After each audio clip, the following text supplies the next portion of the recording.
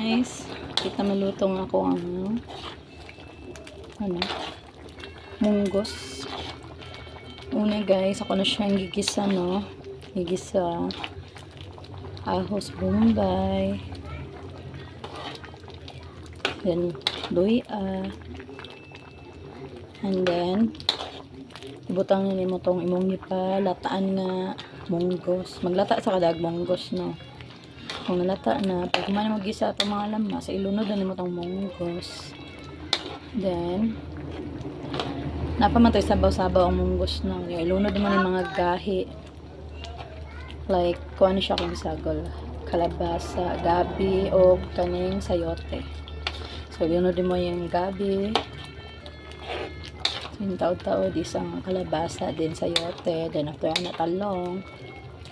Then after na, yes, katong kamunggay na to. Natay kamunggay, no? Ito nang gihagpat. So, lamig na kaayong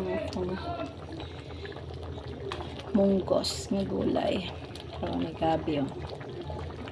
So, yummy. Iplahan mo siya magic syrup, vetchin asin. Gulat pa tag ila ka minutes kayo. Wala pa na naluto ang talong. So, very yummy. After na, pwede na ilunod ang ating malunggay. So, yan. Okay. Itong malunggay.